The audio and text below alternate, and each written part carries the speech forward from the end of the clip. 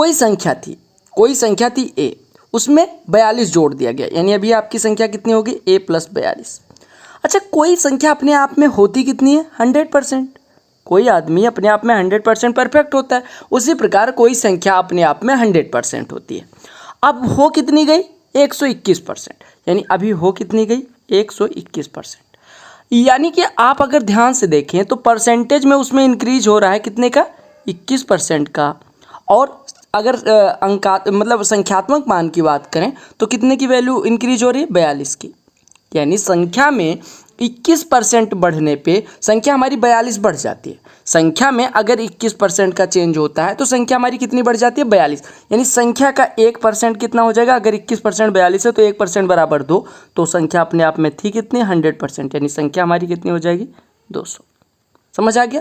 तो आपको ऐसे करना है, देखो कैसे। एग्जाम में आपको दिखा प्रश्न, आपने कहा कि सर 42 बढ़ जाती है और 121% हो जाती है, यानी 21% बढ़ जाती है। 100 घटा लीजिएगा, यानी 21% बढ़ती है, यानी संख्या का 21% 42 दिया गया, यानी 1% बराबर कितना हो गया 1% बराबर 2। 1% 2 तो कोई संख्या कितनी हो जाएगी 100%, यानी कि 200। तो बस 3 से 4 सेकंड का क्वेश्चन था, बेसिक से कोई ट्रिक बिना जाने, तो सोच के आप कर सकते थे। या आप ऐसे कर सकते थे कि जो a + 42 है वो 121% है a का।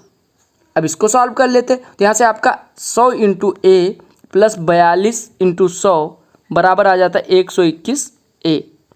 121a यानी 21a = आ जाता 4200, यानी a बराबर आ जाता 200। तो अगर आप ऐसे करना चाहें तो ऐसे कर सकते हैं। सवाल है 2 से 3 सेकंड का, अगर आप सोच के करेंगे 2 से 3 सेकंड लगेंगे, अदरवाइज 10 सेकंड लग सकते हैं। ठीक है, तो क्वेश्चन में कुछ दम नहीं था। हालांकि एग्जाम में आपको प्रेशर में करना होता है, तो आप बहुत ज़्यादा सोचने पे या ट्रिक लगाने पे ना विश्वास करके बेसिक पे जाना ही पड़ता है। कई क्वेश्चंस होते हैं जिनकी आप ट्रिक जानते होते हैं, बहुत अच्छी ट्रिक होती है, आपके पास होती है, आपके टीचर्स ने सिखाई होती है, और एग्जाम के प्रेशर में आपसे वो हो नहीं रहा होता, तो आपको बेसिक पे जाना होता है। इसी वजह से मैं चाह रहा हूँ कि आप ट्रिक्स तो टीचर से सीख ही चुके होंगे। ठीक है, अब यहाँ पे बेसिक और ट्रिक्स दोनों सीखेंगे तो काफ़ी चीज़ें रिवाइज भी हो जाएंगी और आपको बेसिक्स भी एकदम क्लियर हो जाएंगे। ठीक है, पहला क्वेश्चन डन, अगले बढ़े, चलो आ जाते हैं। कहा क्या गया कि the sum of thrice number and twice its reciprocal is, कहा गया the sum of thrice a number and twice its reciprocal is something, what is the number. कहा गया एक संख्या का 3 गुना और उसके व्युत्क्रम के दुगने का योग कुछ दिया गया होगा, वो संख्या क्या है। ध्यान से देखिएगा, प्रश्न में थोड़ी सी गड़बड़ है। कहा गया एक संख्या का 3 गुना, एक संख्या का 3 गुना, हम मान लेते हैं संख्या हमारी a थी, तो संख्या का 3 गुना यानी कि 3 है, और उसके व्युत्क्रम का दुगुना। अगर संख्या a थी तो उसका व्युत्क्रम कितना होगा 1/a, और इसका दुगुना यानी कि 2/a, और इसका योग आपको दिया गया है समथिंग। तो आपसे पूछा गया संख्या क्या है। तो आप देखो यहाँ पे क्वेश्चन में कुछ गड़बड़ था, लेकिन आपको मेथड में सिखाई दे रहा हूँ। यहाँ पे a बराबर अगर 9 रखोगे तो कितना हो जाएगा 27 + 2/9। अगर a बराबर 10 रखोगे तो ये 30 + 2/10। अगर a बराबर 8 रखोगे तो 24 + 1/4, और अगर a बराबर 7 रखोगे तो 21 + 2/7। यानी आपका योग ये दिया गया होगा, या तो ये दिया गया होगा, या तो ये दिया गया होगा, या तो ये, जो दिया गया होगा वही ऑप्शन सही हो जाएगा। तो अब मान लो आपको दिया गया था 9 × 27 कितना हो जाएगा आपका 243, तो 245/9 मान लो दिया गया। तो आप कहेंगे कि मान लो 3a + 2/a = 245/9। यहाँ पे मान लो आपको ऐसा दिया गया कि एक संख्या का 3 गुना और उसके व्युत्क्रम के दुगने का योग 245/9 है, तो संख्या ज्ञात करनी है। अब आपको यहाँ पे क्या करना है, आपको पता है जो हर होगा वही संख्या बनेगी। आपको मैं बता दूं, जो हर होगा वही संख्या बनेगी, या जो हर होगा उसी का कोई फैक्टर होगा वो संख्या होगी। समझ रहे हो, यानी कि यहाँ पे देखिएगा ध्यान से, यानी यहाँ पे 9 था, यहाँ पे 9 था। अब 9 मान लो है, तो 9 जो भी ऑप्शन होगा वो 9 का फैक्टर होगा या 9 के टेबल का होगा। आपको दिख रहा है कि 9 का फैक्टर कौन सा है, 9 ही है, तो आपका करेक्ट आंसर हो गया 9। अब मान लो यहाँ पे 24 + 1/4 होता है, यानी कि 24 चौको 96, 1 97/4। किसी संख्या के 3 गुने और उसके व्युत्क्रम के दुगने का योग मान लो 97/4 आपको दिया गया होता, तो संख्या क्या होती। आप कहेंगे कि सर इसके हर में 4 है, हर में अगर 4 है तो जो भी संख्या होगी वो या तो 4 होगी, या तो 4 के टेबल का होगी, या तो 4 की फैक्टर होगी, या तो 4 के टेबल की होगी। अब 4 का फैक्टर इसमें से कोई है नहीं, तो 4 के टेबल में कौन सा आता है 10, तो आपका 10 हो गया। मतलब ओ सॉरी 4 के टेबल में कौन सा आता है 8, तो आपका आंसर हो जाता है 8, यानी संख्या कितनी हो जाती है 8, यानी a बराबर 8 रखने पे ये आया था।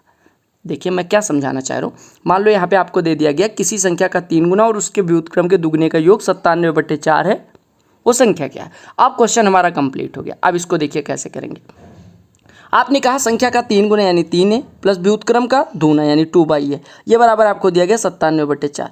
इसको करने के दो तरीके हैं। एक तो आप इसको क्या बना लो, क्वाड्रेटिक बना लो, किसमें a में, यानी आपका बन जाएगा 3a² plus 2/a is equal to 97/4, यानी आप कह सकते हैं 12a² माइनस 97a प्लस 8 बराबर 0, यानी कि आपका हो जाएगा 12a² 12 96, जिसको जोड़ने पे 97 आए, यानी 12a² plus minus 96 minus a minus 8 बराबर 0। तो यहाँ पे 12a कॉमन लेंगे तो 12a कॉमन लेने के बाद a माइनस 8 बचेगा, और माइनस 1 कॉमन ले लेंगे तो a माइनस 8 बचेगा, ये बराबर 0।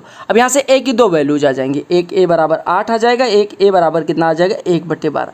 तो जो भी लेना चाहें वो ले सकते हैं, 1/12 भी हमारी संख्या हो सकती है, 8 भी हो सकती है। अब यहाँ पे देखिए 97/4 दिया गया था, तो हमारे ऑप्शन में 8 था तो 8 हमने मार्क कर दिया। और मैंने जो तरीका बताया कि आपको मान लो योग दिया गया 97/4, तो आपको क्या करना है, जो योग दिया गया आपको वो 97/4 दिया गया, तो इसका हर क्या है 4। अब जो भी हमारा आंसर होगा वो 4 या 4 के टेबल का होगा। तो 4 का टेबल कौन सा है 8, 4 के टेबल में यानी 4 के पहाड़े में कौन सा आता है 8। और कई बार ये भी होता है कि आपका जो हर रहेगा उसका फैक्टर भी यहाँ ऑप्शन में हो सकता है, तो फैक्टर ना लेके आपको हमेशा टेबल लेनी है, और अगर मान लो टेबल में नहीं दिख रहा है तो आपको तब फैक्टर पे आना है। समझ आ गया। अगले प्रश्न पे आते हैं। अगला प्रश्न आपका ट्रिगो से लिया गया है। कहा गया if 1/√1 minus sine square is equal to x then what is the value of x. देखो ये क्वेश्चन बहुत आसान है, लेकिन ये क्वेश्चन आपके एसएससी सीजीएल प्री में पूछा गया है, तो इसी वजह से मैंने उठा लिया। देखो आपने पढ़ा होगा trigonometric identity sine square A plus cos square A is equal to 1, पढ़ा है, ये सबने पढ़ा होगा। साइन स्क्वायर ए को अगर हम इधर भेजें तो आपका इधर प्लस में इधर माइनस में हो जाएगा, यानी हम कह सकते हैं cos square A is equal to 1 minus sine square A, cos square is equal to 1 minus sine square, यानी हम 1 माइनस साइन स्क्वायर ए की जगह पे क्या लिख सकते हैं कॉस स्क्वायर। तो यहाँ पे पुट कर दीजिए, यानी 1/√1 माइनस साइन स्क्वायर ए, यानी 1/√1 माइनस साइन स्क्वायर ए की जगह पे क्या रखना है कॉस स्क्वायर ए, ये बराबर आपको दिया गया एक्स। अब कॉस स्क्वायर ए का वर्गमूल कितना हो गया कॉस ए, यानी 1/cos A is equal to x हो गया, यानी हम कह सकते हैं एक्स इज इक्वल टू क्या हो गया 1/cos ए क्या होता है सेक ए, यानी हमारा करेक्ट आंसर क्या हो गया सेक ए। तो करेक्ट ऑप्शन सी ऑप्शन। समझ आ गया। तो आपको ये बेसिक आइडेंटिटीज याद रखनी है। 3 ट्रिगोनोमेट्रिक आइडेंटिटीज बेसिक हैं, sine square A plus cos square A is equal to 1। अगर हम दोनों बच्चों में कॉस स्क्वायर ए से भाग कर दें तो हमारा आ जाएगा sec square A is equal to 1 plus tan square A, या हम कह सकते हैं sec square A minus tan square is equal to 1। और अगर हम साइन स्क्वायर ए से भाग कर दें तो हमारी एक आइडेंटिटी आ जाएगी cosec square A is equal to 1 plus cot square A. तो 3 आइडेंटिटीज आपको याद रखनी है, एक sec square A is equal to 1 plus tan square A, एक cosec square A is equal to 1 plus cot square A, और एक sine square A plus cos square A is equal to 1। Parent कौन सा है sine square A plus cos square A is equal to 1, इसी से निकालते हैं। और ये कहाँ से आता है पाइथागोरस से, ठीक है। जहाँ मुझे लगेगा कि प्रूव करवा देना चाहिए प्रूव भी करवा दूंगा। क्या कहा गया what is the value of 1 plus cos A upon 1 minus cos A. ऐसा दिखे तो आप वैल्यू पुटिंग से भी कर सकते हैं, पिछला क्वेश्चन भी वैल्यू पुटिंग से कर सकते थे। मान लो यहाँ पे ए बराबर आपका 0 अंश होता, मान लो सबसे छोटा क्या लोगे ए बराबर 0। अब ए बराबर 0 लोगे तो कॉस ए की वैल्यू 0, कॉस ए की वैल्यू 1, यानी कॉस 0 की वैल्यू 1 होती है। 1 माइनस 1 क्या हो जाएगा 0, और 0 से किसी संख्या में भाग करोगे तो इनफाइनाइट दे देगा, यानी आपका जो ये हो जाएगा वो इनफाइनाइट आ जाएगा। तो क्या ऐसा पॉसिबल है, आप इसका मतलब वैल्यू नहीं पुट कर सकते, क्योंकि अगर कोई व्यंजक इनफाइनाइट दे रहा है कोई वैल्यू पुट करने पर तो वो आप नहीं लेंगे। यानी अब एक बराबर आप कुछ ले सकते हैं, ए बराबर मान लो पुट कर लीजिएगा 30 अंश, ए बराबर 30 अंश, या ए 30 ना पुट करके 60 पुट कर लो। मैं 60 पुट करवा रहा हूँ, क्यों पुट करवा रहा हूँ क्योंकि 30 में आपको पता है रूट में जाना पड़ेगा, रूट में जाना नहीं चाहता। अब ए बराबर 60 अंश लिखोगे तो आपका आएगा 1 प्लस कॉस ए वैल्यू कितनी हो जाएगी cos 60, यानी कि 1/2 अपान 1 माइनस कॉस ए, यानी 1 माइनस 1/2, यानी ये हो गया 1 प्लस 1/2 यानी 3/2 डिवाइडेड बाई 1 माइनस 1/2 यानी 1/2, 2 कैंसिल, यानी आपका आंसर 3 हो गया। अब देख लो कौन से ऑप्शन में 3 आ रहा है। तो अगर आप कॉसेक के माइनस कॉटेक, कॉसेक 60 की वैल्यू कितनी हो जाएगी 2/√3 माइनस कॉट ए की वैल्यू कितनी हो जाएगी 1/√3, 2/√3 माइनस 1/√3 यानी कि 1/√3, इसका स्क्वायर करोगे तो 1/3 आएगा जो कि 3 के बराबर नहीं है। अगर आप cosec A plus cot A करोगे तो आ जाएगा 2/√3 प्लस 1/√3 यानी कि 2 + 1 3/√3 यानी √3 और इसका स्क्वायर 3 हो जाएगा, यानी आपका ऑप्शन यही सही हो जाएगा। तो वैल्यू पुटिंग से ऐसे करेंगे, और अगर आपको वैल्यू पुटिंग से नहीं करना है तो क्या करेंगे, आप क्या करिए 1 + cos a से ऊपर नीचे गुणा कर दीजिए। तो 1 + cos a से 1 + cos a में गुणा होगा तो कितना आ जाएगा 1 + cos a का होल स्क्वायर, और नीचे क्या बचेगा 1 - cos a into 1 + cos a, ठीक है। और a - b into a + b यानी कि ये हो गया 1 + cos a का whole square upon 1 - cos square A बन जाएगा, यानी 1 - cos स्क्वायर ए कितना होता है साइन स्क्वायर है। और आपने पढ़ा होगा कि a² बटे b² कहीं पे लिखा है, तो we can write it as a/b का होल स्क्वायर। तो ऐसे 1 + cos a upon 1 + cos a का square upon sine square A को क्या लिख सकते हैं 1 + cos a divided by sine A का होल स्क्वायर। अब देखो 1/sin a क्या हो जाएगा, अरे देखो अंश में 2 पद है, हर को लेके अलग हो जाओ, तो 1/sin a cos a plus cos a/sin a यानी कि cot a, इसका स्क्वायर बन जाएगा, यानी आपका आंसर क्या आ जाएगा cos a plus cot a का होल स्क्वायर। समझ आ गया। तो आपको बेसिक आइडेंटिटीज अगर पता है, बेसिक्स पता है, तो क्वेश्चन कैसा भी आए ट्रिक ना जानते हुए भी आप कम समय में कर लोगे, लेकिन बेसिक पे कमांड उसके लिए होनी चाहिए। कहा क्या गया, A can do a piece of work in 12 days and B can do it in 18 days. They work together for 2 days and then A leaves. How long will we take to finish the remaining work. कहा गया A कोई कार्य 12 दिन में कर सकता है और B उसी कार्य को 18 दिन में, सेम वर्क को 18 दिन में कर सकता है। कहा गया वो दोनों एक साथ कार्य करना शुरू करते हैं और 2 दिन तक कार्य करते हैं, उसके बाद A छोड़ देता है। कहा गया B को शेष कार्य करने में कितना दिन लगेगा। देखिएगा प्रश्न बड़ा सिंपल सा है, करने में ज़्यादा समय नहीं लगना चाहिए। देखो A कितने दिन में करता है 12 दिन में, यानी A can complete it in 12 दिन। B कितने दिन में 18 दिन में। 12-18 का एलसीएम ले लो, आपका आंसर 36, यानी 12-18 का एलसीएम 36 हो गया। और इसी को मान लोगे टोटल वर्क, यानी टोटल वर्क आपका 36 यूनिट है। तो A 12 दिन में 36 यानी 1 दिन में 3, B 18 दिन में 36 यानी 1 दिन में 2। अब कहा गया कि ये दोनों कार्य करना स्टार्ट करते हैं और ये 2 दिन कितने दिन तक कार्य करते हैं 2 दिन तक। ये 3 करता है, B 2 करता है, 3 2 5 करते हुए 2 दिन कार्य करते हैं, यानी 10 यूनिट इन दोनों ने मिलकर कर दिया। कितना कर दिया 10 यूनिट। टोटल कार्य कितना था 36 यूनिट, जिसमें से 10 यूनिट ए और बी ने मिलके किया है, यानी अभी बचा कितना है 26 यूनिट। और कहा गया चूंकि ए ने छोड़ दिया, यानी जी इस 26 यूनिट को कौन करेगा बी करेगा। बी 1 दिन में करता है 2 यूनिट, 26 यूनिट करने में 26/2 यानी कि 13 दिन लगने वाले हैं, 13 दिन लगने वाले हैं। तो टाइम एंड वर्क से हमने क्वेश्चन ले लिया। पाइप एंड सिस्टम नहीं करा है वो भी ले लेते हैं क्वेश्चन। एक और टाइम एंड वर्क का ले लो, फिर पाइप एंड सिस्टम लेते हैं। कहा गया A and B working separately can do a piece of work in 10 days and 15 days respectively. यानी ए और बी अगर अलग अलग कार्य करें तो ए कोई कार्य 10 दिन में करता है और बी उसी कार्य को 15 दिन में करता है, ठीक है। अब आपको क्या दिया गया कि यदि वे ए से शुरू होने वाले वैकल्पिक दिनों में काम करते हैं तो कितने दिनों में काम पूरा हो जाएगा। यानी कि कहा गया कि ए और बी अलग अलग अगर कार्य करें तो ए अकेले 10 दिन में, बी अकेले 15 दिन में करता है। अब कहा गया वो अल्टरनेट डे पे कार्य करते हैं, यानी एक साथ तो कार्य करते हैं लेकिन एक ही दिन दोनों नहीं कार्य करते। अब देखो सबसे पहले कोई भी क्वेश्चन टाइम एंड वर्क का दिखे, आपको डेज का एलसीएम लेना है। 10-15 का एलसीएम 30 यूनिट टोटल कार्य है, ठीक है। 30 यूनिट टोटल कार्य है, ये क्वेश्चन मैं करवा चुका हूँ। देखो अब ए 10 दिन में 30 करता है यानी 1 दिन में 3, बी 15 दिन में 30 यानी 1 दिन में 2।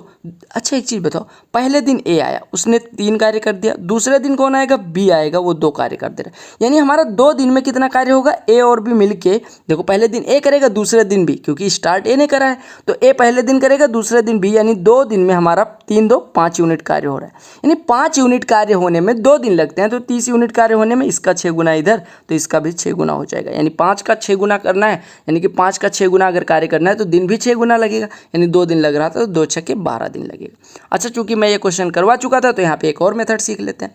देखो कहा गया ए 10 दिन में कर सकता है, बी 15 दिन में, ठीक है। अब ध्यान से देखो, अब आप एक चीज़ बताओ, अगर मान लो कार्य 18 दिन होता तो चूंकि स्टार्ट ए ने करा है और आपको पता है अगर ए ने स्टार्ट करा है और सम दिन में कार्य पूरा हो रहा है, यानी दोनों बराबर बराबर दिन करेंगे, यानी ये 9 दिन करेगा ये भी 9 दिन। आपको पता है 10 दिन में पूरा कार्य कर सकता है तो 9 दिन में कितना करेगा 9/10 हिस्सा। और बी 15 दिन में पूरा कर सकता था तो 9 दिन में कितना करेगा 9/15 यानी 3/5। आपको पता है कि 9/10 चूंकि ए ने ही कर दिया यानी 1/10 बचा है, और आपको दिया गया कि बी 3/5 यानी कि 6/10 कार्य भी करता है। बचा था 1/10, कार्य हो रहा है 6/10। क्या पॉसिबल है? एक रोटी बची थी और आप कहें कि मैंने 5 रोटी खा ली, क्या पॉसिबल है? नहीं, यानी ये पॉसिबल नहीं है। यानी अब आपको फिर से वापस आना पड़ेगा, यानी आपका 18 तो नहीं हो सकता। आप पहले सम वाले चेक किया करो। अब सम में बचा 12 चेक करने जाओगे तो आपको पता है 12 दिन कार्य हुआ और ए ने स्टार्ट करा था, यानी 6 दिन दोनों कार्य करेंगे। अब अगर ए 6 दिन कार्य करेगा, 10 दिन में वो पूरा कार्य कर सकता था, तो 6 दिन में कितना करेगा? 6/10। और आपको दिया गया 6/10 को क्या लिख लीजिए? 3/5। और बी आपको पता है 15 दिन में 6 कार्य करता है, यानी एक दिन में 15 दिन में पूरा कार्य करता है, तो वो 6 दिन में कितना करेगा? 6/15 यानी 2/5 बी करेगा। 3/5 ए करता है, 2/5 बी, दोनों को जोड़ो, 3/5 धन 2/5 यानी 5/5 यानी 1 यूनिट कार्य हो जाए, यानी आपका करेक्ट आंसर हो जाएगा सी। तो ये मेथड शायद आपने नहीं पढ़ी हो, तो इस मेथड से भी कर सकते हो। ऑप्शन से कैसे करेंगे वो बता दिया मैंने। देखो ये प्रश्न बड़ा सुंदर सा है। कहा गया 3 पाइप्स, पाइप एंड सिस्टम का क्वेश्चन है। 3 टेप्स, ठीक है, 3 टैप्स, यहाँ पे टेप्स नहीं टैप्स कर लीजिएगा। 3 taps A B C can fill a tank in 12, 15 and 20 hours. यहाँ पे कॉमन नहीं लगेगा अगर एंड आ गया है।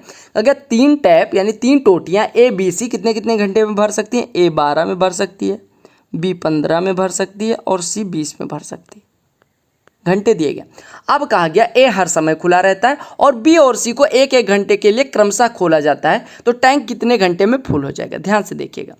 अगर मैं बात करूं 12, 15, 20 कैल्शियम यानी 60 और 60 लीटर टंकी की कुल धारिता मान लीजिए। अब ध्यान से देखिए, अगर 60 लीटर कुल था, ए 12 घंटे में 60 भरता है यानी 1 घंटे में 5, बी 15 घंटे में 60 यानी 1 घंटे में 4 और सी 20 घंटे में 60 यानी 1 घंटे में 3 लीटर भरता है। अब आपसे कहा गया कि बी और सी को तो एक एक घंटे के लिए अल्टरनेट खोला जाता है, यानी कि पहले बी को खोला जाता है फिर सी को, और ए हमेशा कार्य कर रहा होता है, यानी पहले घंटे में ए के साथ बी को खोला जाएगा और दूसरे घंटे में ए के साथ सी को खोला जाएगा। अब अगर पहले घंटे में ए के साथ बी कार्य कर रहा है और दूसरे घंटे में ए के साथ सी, तो पहले घंटे में कितना लीटर पानी भरा जाएगा? ए 5 बी 4 यानी कि 9 लीटर पहले घंटे में, दूसरे घंटे में 5 3 8 यानी 2 घंटे में आपका कितना पानी भरा गया? 9 8 17, 2 घंटे में 17 लीटर। 2 घंटे में अगर 17 भरा जा रहा है तो 6 घंटे में कितना भरा जाएगा? 2 घंटे में 17 तो 6 घंटे में 51 लीटर।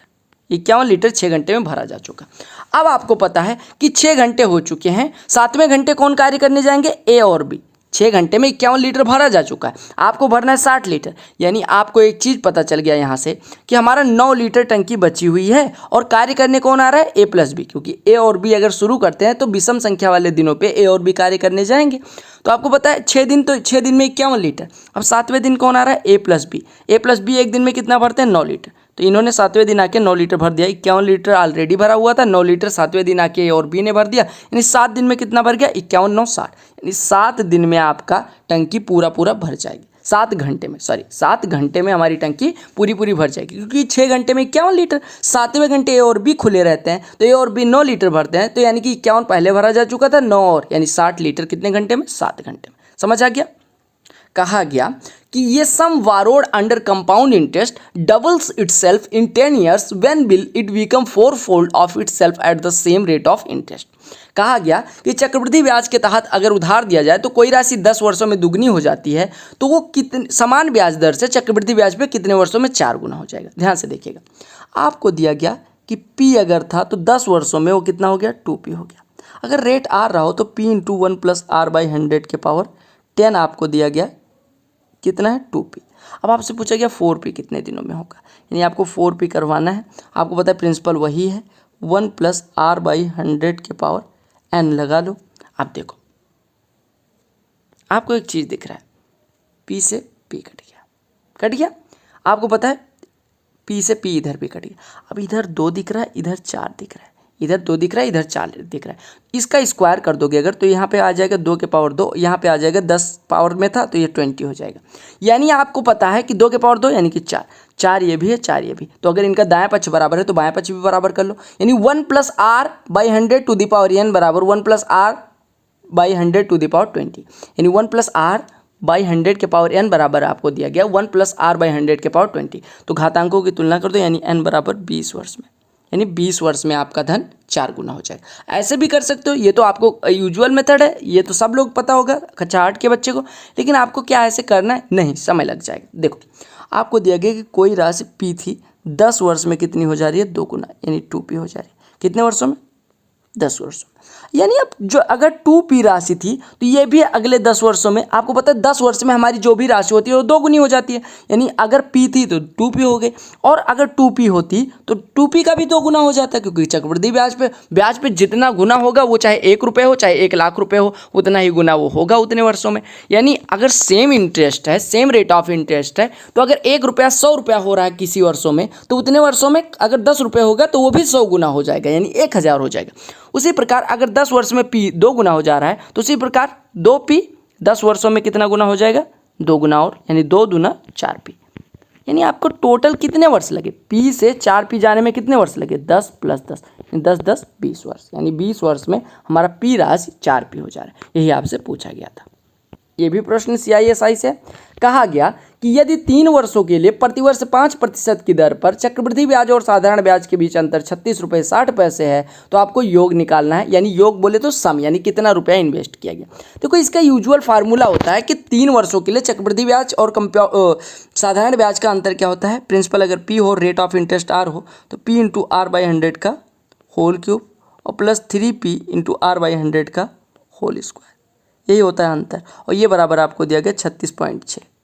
ठीक है, अब आप सॉल्व कर लो। यहाँ पे p कॉमन ले लो, तो p कॉमन लोगे तो आपका कितना बचेगा? p कॉमन ले लोगे और r की वैल्यू 5/100, यानी कि 1/20 का क्यूब, यानी 1/8000, और प्लस 3 × 1/20 का स्क्वायर, यानी 1/400, यानी 3/400, और ये बराबर आपका हो गया 36.6।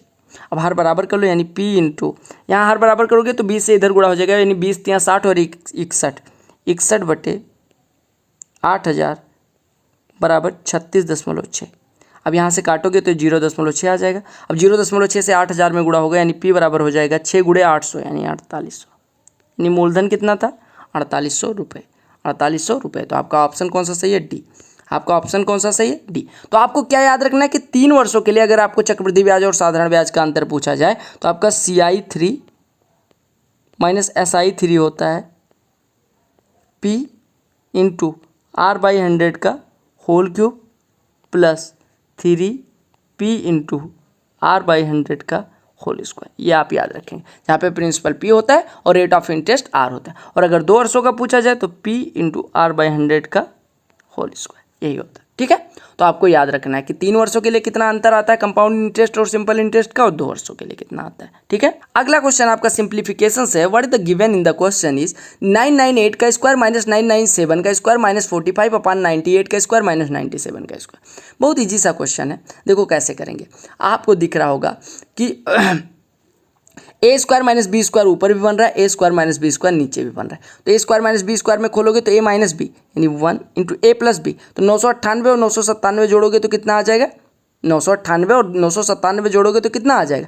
आप कहोगे 1995 और -45।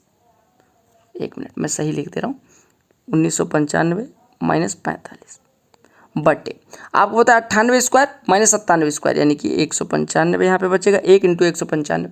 अब आप सॉल्व कर लो, तो आप 5 से काट दो, 5 × 9 = 45, 5 से पहले काट ही दो, या 5 से ना काटना चाहो तो ना काटो, आप घटा लो। तो ये आपका आ जाएगा 1995 - 45, यानी 1950 और बटे 195, काटोगे कितना आ जाएगा? 10। तो आपका सिंप्लीफिकेशन का क्वेश्चन था, उतना ही सिंपल था। तो आपको बस a² - b² का फार्मूला याद हो तो आपके सिंप्लीफिकेशन के कई क्वेश्चंस इजीली हो सकते हैं। और मेहनत लगती है वीडियो बनाने में, तो लाइक कर दिया करो। ठीक है, कहा गया द वैल्यू ऑफ 999 सही 995/999 मल्टीप्लाइड बाई 99 क्या होगा? तो कितना आसान सा क्वेश्चन दिया गया। ये क्वेश्चन CGL में, CHSL, CPO तीनों में पूछा गया। अब देखो आपको पता है a सही b/c अगर मैं बोलूँ तो क्या होता है? c × a धन b/c, यानी इसका इसमें गुणा धन ये बटे जो हर में था वही। तो उसी प्रकार 999 सही 995/999 को क्या लिख सकते हो? 999 × 999, यानी 999 का स्क्वायर प्लस 995 और बटे 999 और गुणे 999। अब देखो एक एक कट गया। ठीक है, अब आप क्या काम करो, 999 का स्क्वायर क्या हो जाएगा? आप कहोगे 999 का स्क्वायर निकालने के लिए इसको एक काम करो, 995 + 4 लिख लो। ठीक है, या ऐसे करो, 999 का स्क्वायर आप सीधे निकाल लो, इसको लिख लो 1000 - 1 का स्क्वायर और प्लस 995। अब देखो ऐसे करके कर सकते हो, a माइनस बी का होल स्क्वायर और प्लस ये इसको सॉल्व करोगे। लेकिन मैं क्या कह रहा हूँ, आप क्या काम करो, देखो 9 का स्क्वायर कितना होगा यूनिट डिजिट 81 यानी यूनिट डिजिट 1, और 1 में 5 जुड़ेगा तो यूनिट डिजिट 1 और 5 जोड़ दीजिए तो 6, यूनिट डिजिट 6 किस में दिया गया, बी ऑप्शन में। खत्म हो गया, क्वेश्चन ही खत्म हो गया। तो आप ऐसे भी कर सकते हो, ठीक है, और अदरवाइज आप इसको सॉल्व करके कर सकते हो, ठीक है। अगले प्रश्न पे आते हैं। देखो इसको करने की, इस क्वेश्चन को करने की, प्रॉफिट एंड लॉस का क्वेश्चन, बहुत सारी मेथड मतलब आपको मार्केट में मिल जाएंगी, लेकिन मैं बेसिक से करवा रहा हूँ। कहा गया price of sugar rises by 20%, by how much percentage should the consumption of sugar be reduced so that the expenditure does not change. कहा गया चीनी की कीमत जो है वो 20% बढ़ जाती है, चीनी की खपत कितने प्रतिशत कम होनी चाहिए ताकि व्यय में बदलाव ना हो। देखो अगर चीनी की कीमत हम 5 माने, 5 क्यों मान रहे ताकि इसका 20% निकालना आसान हो, तो अभी कितनी हो गई 6। मान लो आप कितना रुपया खर्च करते थे, 5-6 का एलसीएम ले लो, 5-6 का एलसीएम कितना हो जाएगा 30, यानी पहले मान लो 30 रुपये खर्चा करते थे, तो कहा गया अभी भी खर्च बढ़ना नहीं चाहिए, यानी अभी भी 30 ही रुपये खर्चा होना चाहिए। अब अगर 5 रुपये किलोग्राम के हिसाब से चीनी थी, 30 रुपये खर्च होते थे, यानी 6 किलो पहले यूज करते थे, और आपको पता है 6 रुपये प्रति किलोग्राम के हिसाब से अब चीनी हो गई 30 रुपये का चीनी लेके आ रहे हैं, यानी अभी कितना यूज कर रहे हैं 5 किलो। पहले 6 किलो यूज करते थे, अभी 5 किलो, यानी कितना कम किया 1, कितने पे 6 पे, यानी 1/6 हिस्सा कम हुआ। और आपको पता है 1/6 को क्या लिखते हैं हम, 50/3%, 50/3%, या 16 सही 2/3% का है, या 50/3% का है, तो ऐसे कर सकते हैं, ठीक है, ऐसे कर सकते हैं। अगले प्रश्न पे आते हैं। देखो ये प्रश्न देखो, परसेंटेज का प्रश्न है। कहा गया इन एन एग्जामिनेशन ये student who gets 20% of the maximum marks fail by 5 marks, another students who scores 30% of the maximum marks get 20 marks more the necessary percentage required for passing is. कहा गया एक परीक्षा होती है, कोई परीक्षा SSC की तो नहीं है क्योंकि उसमें पास फेल का तो पता ही नहीं चलता 6 महीने तक। कहा गया एक परीक्षा होती है जिसमें एक छात्र है वो 20% मैक्सिमम मार्क्स का पाता है और वो 5 अंकों से विफल हो जाता है, यानी फेल हो जाता है। क्योंकि एक दूसरा छात्र है जो अधिकतम अंकों का 30% पाता है और उसे 20 अंक अधिक मिलते हैं, किससे, पास मार्क से, यानी पास मार्क जो है, पासिंग मार्क जो है उससे 20 नंबर अधिक मिलते हैं। कहा गया पास होने के लिए, यहाँ पे गुजरने के लिए नहीं, पास होने के लिए यानी उत्तीर्ण होने के लिए आवश्यक प्रतिशत कितने हैं। ध्यान से देखिएगा, हम माने अगर कि 10x नंबर पे वो पास हो रहा था, ठीक है, 10x number maximum, 10x number अगर मैक्सिमम मार्क्स माने तो एक स्टूडेंट 20% पाता है, यानी कि 2x पाता है, और वो 5 अंकों से फेल हो जाता है। 5 अंकों से फेल होने का मतलब कि अगर वो 5 अंक और पाया होता तो पास हो जाता, यानी हमारा पासिंग मार्क कितना हो गया 2x + 5। अब कहा गया एक स्टूडेंट है वो 30% पाता है, यानी 3x पाता है, और वो पासिंग मार्क से कितना नंबर ज़्यादा पाता है 20 नंबर, यानी इससे 20 नंबर ज़्यादा पाता है, तो ये 3x के बराबर हो जाता है। यानी आप कहेंगे 2x + 25 बराबर 3x, यानी x बराबर आपका हो गया 25, x बराबर 25। अब आपसे पूछा गया कि पास होने के लिए आवश्यक प्रतिशत कितने हैं। अब देखो आपका 10x की परीक्षा थी, यानी 250 की तो परीक्षा थी, और पास होने के लिए हमारे अंकों की कितनी ज़रूरत थी, देखो पासिंग मार्क 2x + 5 था, यानी 25 दूना 50 और 5 55 नंबर चाहिए था, यानी 250 में से अगर हम 55 नंबर पा जाते तो पास हो जाते, यानी कितने प्रतिशत, 55/250 × 100, तो 50 दूना 100, 50 पंचे 5 से कटोगे 11, 11 दूना 22, यानी 22% अंक जो है वो पासिंग मार्क, यानी 250 की परीक्षा में अगर हम 55 पा जाते तो हम पास हो जाते, यानी कि 22% अंक हमारे पासिंग मार्क्स। एवरेज का क्वेश्चन कुछ सेट में नहीं मिले थे आपको, आप लोग नाराज हो रहे थे। देखो एवरेज का क्वेश्चन देख लो। कहा गया ये company produces an average of 4000 items per month for the first 3 months. How much items it must produce on an average per month over the next 9 months to average 4375 items per month over the whole year.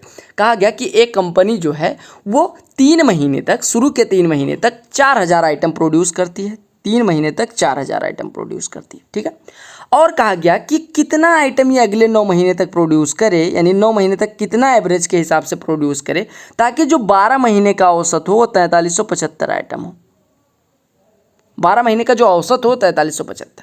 अब देखो इसको करने की कई सारी method है। एक तो 12 महीने का औसत अगर 4375 है तो 12 महीने का कुल निकाल लो, 3 महीने का कुल पता है, 9 महीने का कुल पता है, 3 महीने और 9 महीने का जोड़ के 12 महीने के बराबर कर दो, आपकी एक्स की वैल्यू आ जाएगी, वही आंसर हो जाएगा।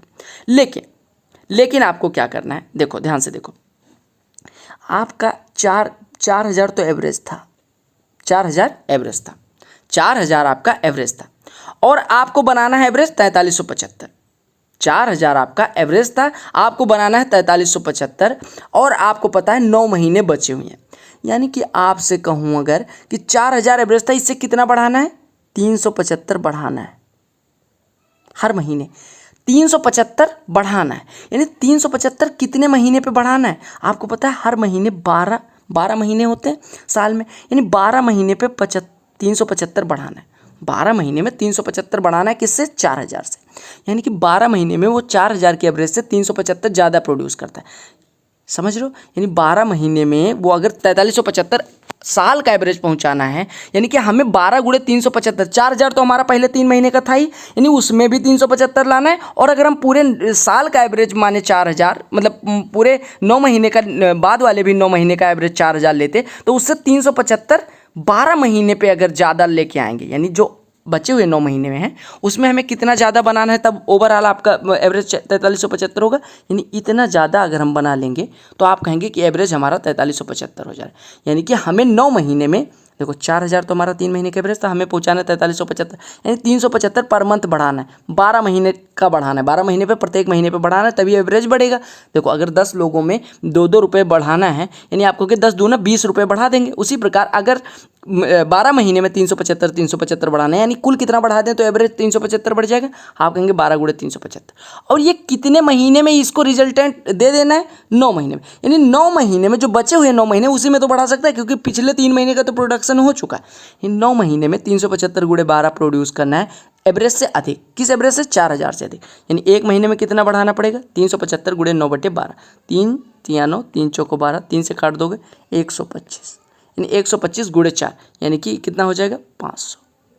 500 आपको एवरेज से ज़्यादा प्रोड्यूस करना पड़ेगा रिमेनिंग 9 महीने में। यानी कि एवरेज कौन सा था? 4000। 4000 से ज़्यादा 500, यानी कि अभी 9 महीने तक कितना प्रोड्यूस करना पड़ेगा? 4500। फिर से समझिएगा, हो सकता है थोड़ा सा आपको मिसकॉन्सेप्शन हो गया हो। देखो आपको पता है पहले 3 महीने 4000 था, हम अगर कहें पूरे साल तक हर महीने 4000 प्रोड्यूस करता तो एवरेज कितना आता? 4000।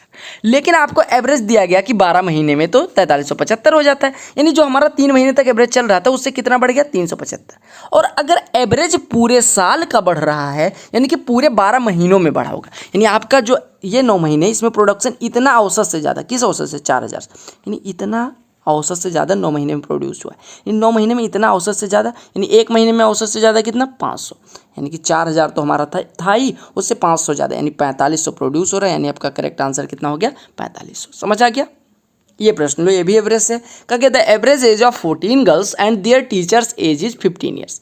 यानी कि 14 गर्ल हैं और 15, मतलब एक टीचर है और सबका औसत 15 वर्ष है। यानी कि आपको पता है कि 14 गर्ल और एक टीचर, यानी 15 लोगों का औसत आपको दिया गया 15 वर्ष है। यानी इनकी कुल आयु कितनी हो जाएगी? 15 गुणे 15, यानी 225 वर्ष। अब कहा गया if teachers age is excluded the average reduces by 1। यानी कि अगर 15 में से टीचर निकाले, यानी 14 लोग बचे, तो एवरेज 1 घट जाता है, यानी कि 15 से 1 घट के 14 हो जाता है। यानी कि टीचर का निकलने के बाद 14 लोगों का एवरेज 14 हो जाता है, यानी कि 196 वर्ष इनकी कुल आयु बचती है। अच्छा एक चीज़ बताओ, जब ये 225 था तो क्यों था? 225 क्यों था? आप कहेंगे इसमें टीचर की आयु इंक्लूड हो जाती थी, 196 में 225 पहुंच जाती थी। यानी 196 ईयर्स प्लस टीचर की आयु बराबर 225, यानी टीचर की आयु कितनी हो जाएगी? 25 4 29 वर्ष। टीचर की आयु कितनी हो जाएगी? 25 4 29 वर्ष। या आप ऐसे कर सकते हो, या फिर अगर आप ऐसे नहीं करना चाहते, आपको पता है कि 15 लोगों की औसत आयु 15 वर्ष है और 14 लोगों की, अगर टीचर को एक्सक्लूड कर दिया जाता है, यानी इसमें से टीचर निकाल दिया जाता है, तो 14 लोगों की औसत आयु कितनी बचती है? 14। अब आप एक चीज़ बताओ, अगर टीचर इसमें ऐड होता है तो वो 15 लोगों की औसत आयु 15 कर देता है, यानी कि औसत में कितने की वृद्धि होती है? 1। और कितने लोगों की औसत में? 15 लोगों की। यानी टीचर की आयु औसत से, अगर देखो 15 लोगों में वो 1 वर्ष बढ़ा देता है, यानी कि 15 वर्ष उसकी आयु ज़्यादा थी, किससे? एवरेज से। यानी एवरेज जो 14 वर्ष था उससे 15 वर्ष वो ज़्यादा का था। यानी टीचर कितने का था? 14 और 15 मिलकर 29 वर्ष का। यानी टीचर की आयु कितनी थी? 29 वर्ष। यानी आपका करेक्ट आंसर डी वाला। ठीक है, एक और प्रॉफिट एंड लॉस का क्वेश्चन देखो। कहा गया for an article the profit is 170% of the cost price. If the cost price increases by 20% but the selling price remains the same, then what the new profit percentage. कहा गया यदि एक वस्तु का क्रय मूल्य का 170% लाभ प्राप्त होता है, यानी कि अगर वो वस्तु 100 रुपये में मिलती थी तो अभी मतलब उस पर लाभ लिया जाता था 170 का, यानी सेलिंग प्राइस था 270। अब कहा गया क्रय मूल्य में 20 की वृद्धि हो जाती है, 20% की, यानी 100 पे 20% यानी 120 क्रय मूल्य हो जाता है, लेकिन विक्रय मूल्य अभी भी हमारा इतना रहता है। तो पूछा कि अभी प्रॉफिट परसेंट कितना होगा। अगर कोई वस्तु 120 में खरीदी जाती है, 270 में बेची जाती है, यानी 150 का फायदा उठाया जाता है। तो प्रॉफिट परसेंट क्या होता है, profit divided by CP into 100। 20 पंचे 20 छक्के, 6 से काटोगे तो ये 25 दे देगा, 25 पंचे 125% का हमारा प्रॉफिट हो रहा है। अगर 120 पे 150 का प्रॉफिट, यानी कितने परसेंट का, 125% का। आज प्रॉफिट एंड लॉस के क्वेश्चंस भी गंजे हुए हैं, थोक भाव में लिए हैं। कहा ये vendor buys 6 bananas for RS25 bananas कहेंगे, ये vendor buys 6 bananas for RS25 and sells them at 3 for RS20। What is his profit percentage. कहा गया कि एक आदमी जो है, एक दुकानदार जो है 25 रुपये में 6 बनाना खरीदता है, यानी 25/6 रुपये का एक बनाना खरीदता है, एक केला 25/6 रुपये का खरीदता है, और 20 रुपये में 3 बेच देता है, यानी कि 20/3 विक्रय मूल्य है। तो आपसे पूछा गया प्रॉफिट कितने का होगा। देखो, एक का अगर क्रय मूल्य 25/6, विक्रय मूल्य 20/3, यानी कि 40/6। ये है CP, ये है SP। एक केले को इतने में खरीदा गया, इतने में बेचा गया, यानी प्रॉफिट कितने का हो जाएगा, 40/6 माइनस 25/6, यानी 15/6।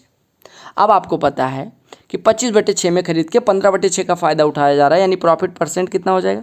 प्रॉफिट परसेंट बराबर होता है profit divided by CP into 100। 6 cut गया, 25 एकम 25, 25 चौको 100, 15 चौको 60, यानी कितना परसेंट, 60%। समझ आ गया। या आप ऐसे कहें कि 25 रुपये खरीदता था, 15 रुपये लाभ लेता है, यानी 25 पे 15 150, 25 छक्का 150, यानी 60% हो जाएगा।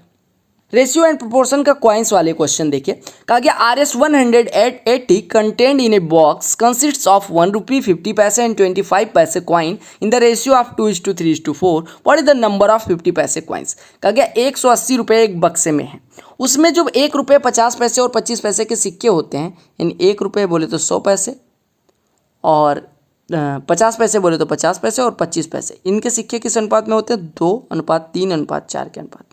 अब कहा गया 50 पैसे के सिक्कों की संख्या होता। आपको पता है कुल रुपए कितने हैं, 180। अब अगर मैं मानूं कि 100 पैसे के 2 सिक्के होते, 50 पैसे के 3 सिक्के होते और 25 पैसे के 4 सिक्के होते, तो 25 चौको 100 और 200 300 हो जाता है, और 300 और 150 450, यानी तब 450 पैसे होते। लेकिन हमारे पास आपको पता है 450 पैसे बोले तो 4.5 रुपये होते। अगर हम मानते कि 100 रुपये के 2 सिक्के हैं, 50 पैसे के 100 पैसे के 2 सिक्के हैं, 50 पैसे के 3 सिक्के हैं, 25 पैसे के 4 सिक्के हैं, तो हमारे पास कुल रुपये होते 4.5। लेकिन हमें पता है कुल रुपये 4.5 ना होकर उसका 40 गुना है, यानी कि 180 रुपये है, यानी 40 गुना है। तो आपसे पूछा गया 50 पैसे के सिक्कों की संख्या, यानी 50 पैसे के जो सिक्के हमने माने थे वो 3 ना होकर 3 का 40 गुना, यानी कि कितने सिक्के हैं, 3 × 40 यानी 120 सिक्के। तो ऐसे क्वेश्चन आपको पता चल गया कैसे करते हैं सिक्कों वाले प्रश्न। सिंप्लीफिकेशन या नंबर सिस्टम जिसका भी कहना है कह लीजिए। कहा गया the numerator and denominator of a fraction are in the ratio of 2:3, यानी न्यूमे और डिनो जो है, यानी अंश और हर जो है वो 2:3 के अनुपात में है। कहा गया if 6 is subtracted from the numerator the result is a fraction that has a value of 2/3 of the original fraction. The numerator of the original fraction is. कहा गया कि अगर अंश में से 6 घटा लिया जाता है तो जो भिन्न मिलती है वो ओरिजिनल भिन्न का 2/3 गुना है। आपसे कहा गया कि ओरिजिनल भिन्न जो थी उसका अंश कितना है। देखो आपको दिया गया अंश और हर का अनुपात दिया गया 2:3, यानी अंश अगर 2x था तो हर हमारा 3x था। अब आपसे कहा गया कि इसके अंश में से 6 घटा लिया जाता है तो हमें जो भिन्न मिलती है वो 2/3 गुना मिलती है, किसका, 2x/3x का। ठीक है, तो आपसे पूछा गया ओरिजिनल भिन्न का अंश कितना है। अब आप देखो यहाँ से ये है x कट गया, यानी ये बराबर हो गया 4/9। अब देखो इसको सॉल्व करो, यानी ये हो गया, क्या हो गया, 2x माइनस 6/3x, यानी कि 2/3 माइनस 6/3x, यानी कि 2/x बराबर आपका हो गया 4/9, यानी आपका हो गया 2/3 माइनस 4/9 बराबर 2/x। सॉल्व कर लीजिए, 3 से ऊपर नीचे गुणा, यानी 6/9 माइनस 4/9, यानी 2/9 बराबर 2/x, यानी x बराबर कितना हो गया, 9। अब अगर x बराबर 9 आ गया तो आपसे कहा गया मूल भिन्न का अंश क्या था, यानी 2x, तो 2 × x यानी कि 18 था मूल भिन्न का अंश, यानी हमारा अंश कितना था, 2×9 18, यानी 2x था। ये प्रश्न देखो, कहा गया कि अगर x - 3 + 1/x - 3 = 4 तो x - 3 का होल क्यूब प्लस 1/x - 3 का होल क्यूब क्या होगा। देखो ऐसे क्वेश्चन में आप कंफ्यूज क्यों होते हो। ये क्वेश्चन मुझे किसी ने भेजा, देखो कि ये सर करवा दीजिएगा। देखो x - 3 आपको दिया गया और प्लस 1/x-3, ये बराबर दिया गया आपको 4। x-3 को थोड़ी देर के लिए a जूम कर लो, यानी आपको दिया गया a + 1/a = 4। तो आपसे पूछा क्या गया, a³ + 1/a³, क्या होगा? आपको पता है a + 1/a अगर m हो तो a³ + 1/a³ कितना होता है, m³ - 3m। ठीक है, यानी m की वैल्यू यहाँ पे कितनी है, 4। तो 4 का क्यूब 64 में से 3 चौको 12, 64 में से 12 घटेगा 52 आपका आंसर आ जाएगा, 52 आपका आंसर आ जाएगा। और a था क्या, x-3, यानी आपका आ गया x-3 का होल क्यूब + 1/x-3 का होल क्यूब कितना आ गया, 52। समझ आ गया? अगले प्रश्न पे आते हैं। कहा गया कि if x² + y² + z² = xy + yz + zx, then what is the value of 7x + 3y - 5z/5x। देखो यहाँ पे अगर आपको ऐसा कुछ दिखे कि x² + y² + z² = xy + yz + zx, तो आप एक काम करा करो, x = y = z पुट कर दो। तो आप देखोगे x² + y² + z² की बराबर, यहाँ पे y की जगह पे x यानी x² + y, z की जगह पे y यानी कि y² + zx यानी z इंटू x की जगह पे z रख सकते हो यानी z², यानी दोनों पक्ष बराबर हो गए। अब x = y = z यहाँ पे पुट कर दो, तो ये हो गया 7x + 3y यानी कि 3x - 5z यानी कि -5x divided by 5x। 7 3 10 -5 5x/5x यानी कि वैल्यू कितनी आ गई, 1। ठीक है, और अगर आप ऐसे नहीं करना चाहते तो आप फिर करिए, वैल्यू पुट कर कहा गया ये cylindrical tank of diameter 35 centimetre is full of water, if 11 litres of water is drawn of the water level in the tank will drop by. कहा गया 35 सेंटीमीटर व्यास का एक बेलनाकार टैंक पानी से भरा हुआ है, यदि 11 लीटर पानी निकाल लिया जाता है तो टैंक में पानी का स्तर कितना नीचे गिर जाएगा। अच्छा पहले एक चीज़ मैं आपको बता देता हूँ, उसके बाद कुछ इसमें करेंगे। देखो ये आपका टैंक था, मान लो जो यहाँ तक भरा हुआ था, ठीक है, और इसमें से 11 लीटर पानी हमने निकाल लिया। अब हमारा टैंक कुछ इस प्रकार से हो गया, इसमें मान लो यहाँ तक पानी बचा, यानी पहले यहाँ तक था, अभी यह ऊंचाई कम हो गया। तो आप कहेंगे कि जो ये 11 लीटर पानी निकला है वो बेलन के यह ऊंचाई के आयतन के बराबर हो जाएगा, यानी इतने आयतन के बराबर हो जाएगा। यानी आप कह सकते हैं कि 11 लीटर पानी बराबर बेलन का आयतन h ऊंचाई का पाई × r² × h के बराबर है। अब आप सबकी वैल्यू रख दो। आपको पता है कि 1 मीटर क्यूब बराबर होता है 1000 लीटर, 1 मीटर क्यूब बराबर 1000 लीटर।